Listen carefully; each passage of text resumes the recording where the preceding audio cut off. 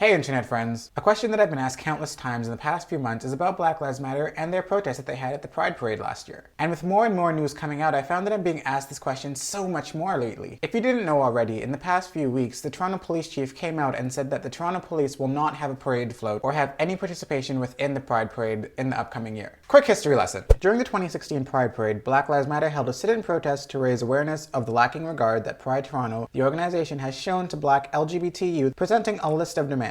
And the demands list was pretty straightforward. Demanding increased funding for certain programs, ASL interpreters, and of course, the removal of Toronto Police floats/booths from the Toronto Pride Parade and any other Pride event. And the uproar that followed would make you think that Black Lives Matter was asking for things that were inaccessible or just impossible to achieve, but that's not the case. If anything, the demands that they had was simply holding Pride Toronto accountable for the things that they say that they do. Bring people together to celebrate history, culture, and diversity. Their words, not mine. Many of the demands that were presented had to do with history and the lack of LGBT inclusivity within certain communities. Like increasing hiring within Pride Toronto and hiring more Black trans women, more Indigenous folk, and other people that come from a different host of vulnerable communities. However, in many discourses around this topic, all of this gets left out and we focus on the fact that Toronto police are banned from the Pride Parade. The thing is, tension between law enforcement and marginalized groups is nothing new. In 1969, LGBTQ+ people marched and rioted after a police raid at the Stonewall Inn, a popular gay bar that was popular amongst the marginalized people within the LGBT community. In 1981, hundreds of gay men were arrested in the bathhouses that were targeted by the Toronto police, also known as Operation Soap. So when it comes to these spaces that are a safe haven for marginalized people, it gets a little concerning when those who have done the most damage to that community are presented in floats and in a way that is super positive when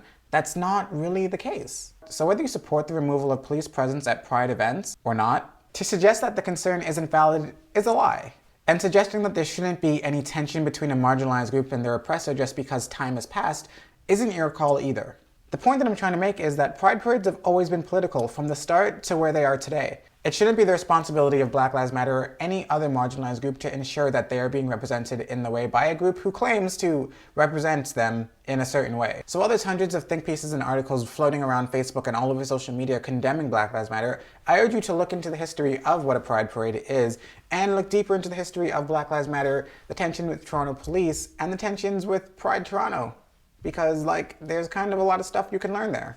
Many are criticizing the actions of Black Lives Matter, but not many are actually doing their own research and finding out why these actions came about when these actions were first presented, because they weren't first presented at the Pride Parade. And some people simply just aren't giving them the time of day. Looking at you, Mayor Tory. But those are essentially my thoughts. What are your thoughts on this topic? Let me know in the comment section below, or I'm everywhere on the internet. Let me know what your thoughts are, and I'll see you in the next video.